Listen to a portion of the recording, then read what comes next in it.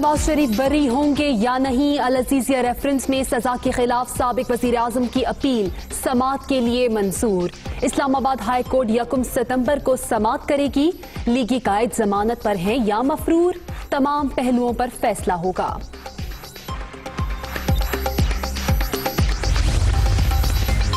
نواز شریف کی قید 7 سے بڑھا کر 14 سال کرنے کی استدعا۔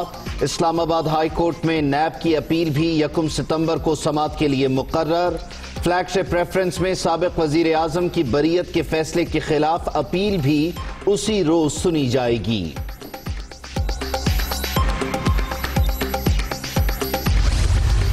چار ہفتوں کی ان کو اجازت دی گئی باہر ٹریول کرنے کی، علاج کرانے کے لیے۔ جب ان کے مہلت ایکسپائر کر گئی وہاں تو علاج تو دور کی بات ہے، ایک ٹیکہ بھی نہیں لگا، اور ان کی ایکسٹریڈیشن جو ہے وہ سزا یافتہ مجرم کے جائے گی تاکہ ان کی واپسی ہو سکے۔ ان کے جو ضمانتی تھے شہباز شریف صاحب، ان سے بھی دریافت کیا جائے گا۔ فیٹف کی لسٹ کے اوپر اگر اپوزیشن کہتی ہے کہ منی لانڈرنگ کو آپ سیریس افینس نہ گنیں تو ہم یہ نہیں کر سکتے۔ آپ کو عمران خان صاحب نے NRO++ کیا، اس کا اینڈ بھی نہیں دینا۔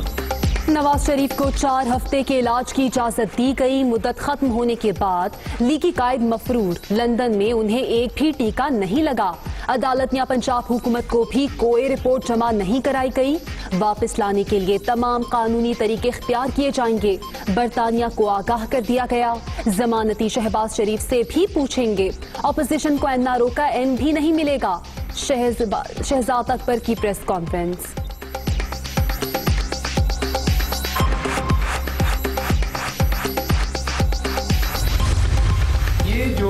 بات کہی جاتی ہے کہ جی یہ فلاں جگہ سے اجازت ملی، فلاں عدالت سے، فلاں کیبنٹ سے، یہ اس لیے کہ آپ نے فورجری کی، آپ نے دھوکہ دیا، جیسے آپ ہمیشہ دیتے رہے۔ کہا جاتا ہے جی وہ آپ کی پنجاب گورنمنٹ کے ڈاکٹرز ہیں، ان سے پوچھے۔ تو بنیادی طور پہ ان ڈاکٹرز کا قصور نہیں، یہ اس رپورٹ میں فورجری کی گئی EDTA سے سیمپل دیتے ہوئے۔ نواز شریف صاحب مولانا فضل الرحمان صاحب کو فون کر کے کہتے ہیں کہ آج کے بعد سارے اپوزیشن لیڈر طے کر لیں کہ نیب کی کسی پیشی میں نہیں جانا، بلکہ جیل بھرو تحریک شروع کریں۔ 10 بہانے کر کے لے گیا دل کے مزاج، خود تو 10 بہانے کر کے یہاں سے جہاں وہ پتلی گلی سے باہر بھاگ گئے، اور وہاں سے اپوزیشن لیڈروں کو جناب یہ فون کر کے کہتے پھر رہے کہ تسی نہیں جانا۔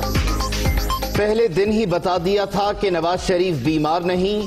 سابق وزیر اعظم نے جھوٹ بولا، ڈاکٹرز کا قصور نہیں، رپورٹس میں جعل سازی ہوئی۔ شہباز گل کی نیوز کانفرنس۔ خود باہر فرار ہونے والے دوسروں کو جیل بھرو تحریک پر اکسا رہے ہیں۔ مریم نواز نے چچا کی سیاست کا دھڑن تختہ کرنے کے لیے ڈرامہ رچایا۔ فیاض الحسن چوہان کا اظہار خیال۔ دونوں پارٹیاں NRO کی تلاش میں ہیں۔ عمران خان کچھ بھی کر سکتا ہے، کچھ بھی کر سکتا ہے، اس کو NRO نہیں دے گا۔ جو آگے ہی پچھتا رہا جو نواز شریف چلا گیا۔ آگے ہم اسحاق ڈار کو نہیں لا سکے اور سلمان کو نہیں لا سکے، تو نواز شریف کو لانا جو ہے وہ آسان کام تو نہیں، لیکن خواہش ہے کہ وہ واپس آئیں۔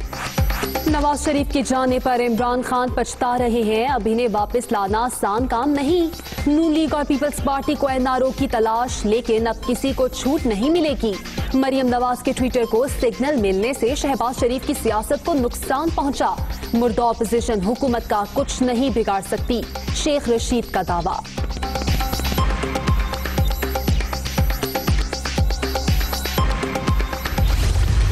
نواز شریف صاحب کی صحت کو لے کر کے اب ان کی اپنی فیملی کو بھی کوئی ڈاؤٹ نہیں ہے کہ وہ بالکل ہٹے کٹے ہیں، الحمدللہ۔ ان کی جو رپورٹس ہیں جب نے مانگی، پنجاب والوں نے مانگی، انہوں نے نہیں دے سکے، اور اس کا مطلب یہ ہے کہ جو رپورٹس یہاں پہ تھی وہ جعلی تھی، یہ فراڈ ہے، اور اس میں منیمم سزا 10 سال ہے۔ تو اب دیکھتے ہیں کون کون پکڑا جاتا ہے۔ نواز شریف کے خاندان والے بھی جانتے ہیں کہ وہ صحت مند ہیں۔ غلط رپورٹس دینے کا مطلب جعل سازی ہے۔ پنجاب حکومت تحقیقات کرے گی۔ اب دیکھتے ہیں کون کون پکڑا جاتا ہے۔ آپا اور پاپا چاچا کی سیاست کا بیڑا غرق کرنا چاہتے ہیں۔ فواد چودھری کا طنز۔ کیا یہ حقیقت نہیں کہ وزیر اعظم نے خود کابینہ کو اس بارے میں ذاتی طور پہ تصدیق کی ہے کہ نواز شریف صاحب کی بیماری لائف تھریٹننگ ہے؟ سب سے پہلے تو صوبائی وزیر صحت، وفاقی مشیر صحت اور وزیر اعظم پاکستان اپنا استعفیٰ پیش کریں کہ ہم دھوکہ کھا گئے، ہم سے غلطی ہوئی، اب پچھتاوے کیا ہوت جب چڑیاں چگ گئیں کھیت۔ حکومت نواز شریف فوبیا میں مبتلا، سابق وزیر اعظم کو خود علاج کی اجازت دینے والے اب جھوٹا واویلا کر رہے ہیں۔ اگر دھوکہ ہوا ہے تو سب سے پہلے وزیر اعظم مستعفی ہوں، احسن اقبال کا مطالبہ۔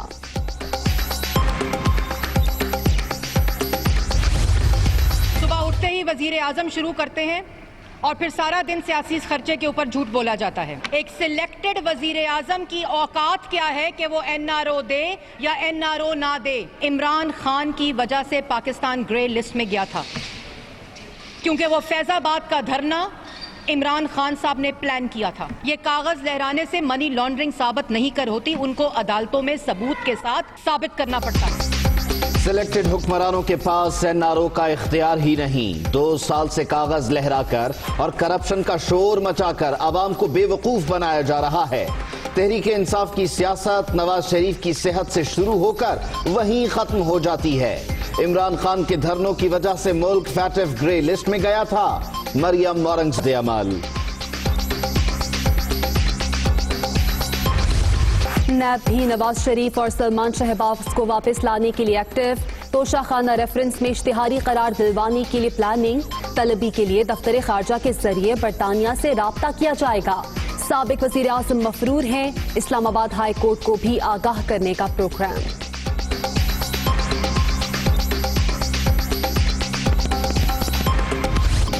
دوسرے روز بھی بادلوں کا راج، کراچی میں پھر موسلادھار بارش، پہلے سے موجود پانی کی سطح مزید بلند، شہری بدستور گھروں میں بند، سڑکوں پر ندی نالوں کے مناظر، Surjani town, Shahrah Faisal, nursery, Tariq road اور گلشن معمار سمیت کئی علاقوں میں صورتحال خراب، ایئرپورٹ، ناظم آباد، گرو مندر اور سائٹ ایریا میں بھی جل تھل ایک۔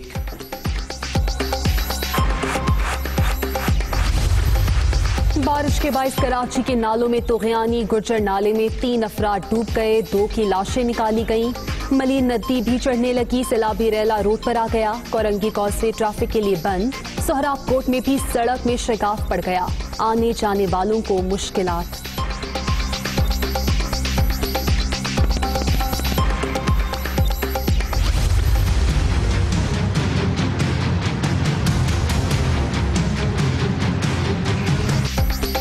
ہر گھر میں ایک تالاب، سرجانی ٹاؤن میں حالات بہت خراب، کھانا ہے نہ پانی، بے بس شہریوں کی نقل مکانی، شادمان ٹاؤن بھی کچرا کنڈی، ہر طرف گندگی ہی گندگی، انتظامیہ غائب، لوگوں کی دہائی۔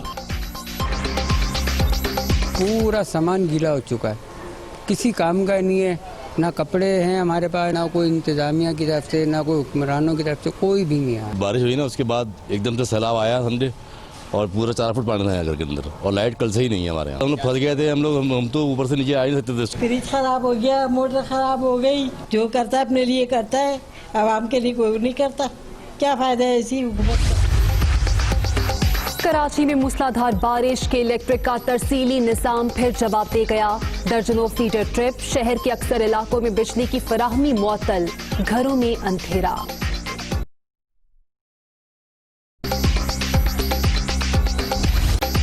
بارش سے پیدا صورتحال پر غور، نالوں کی صفائی پر بھی تبادلہ خیال، بڑے شہر کے بڑے مسائل کے حل کے لیے بڑی بیٹھک، وزیر اعلیٰ ہاؤس کراچی میں کوارڈینیشن کمیٹی کا اجلاس، وفاقی اور صوبائی وزراء کی شرکت۔ کراچی کا نیا ایڈمنسٹریٹر کون؟ اچھی ساکھ کے حامل 3 بیوروکریٹس کے نام سے غور، سول سوسائٹی سے بھی 3 شخصیات میں سے ایک انتخاب کے لیے مشاورت، آرکیٹیکٹ ڈاکٹر نعمان احمد، سابق سینیٹر تاج حیدر اور ماہر معاشیات اسد سعید شامل۔ کورونا سے 24 گھنٹے کے دوران مزید 12 اموات، 586 نئے مریض بھی سامنے آ گئے، ملک بھر میں مجموعی تعداد 2,92,174، 10,626 ایکٹیو کیسز۔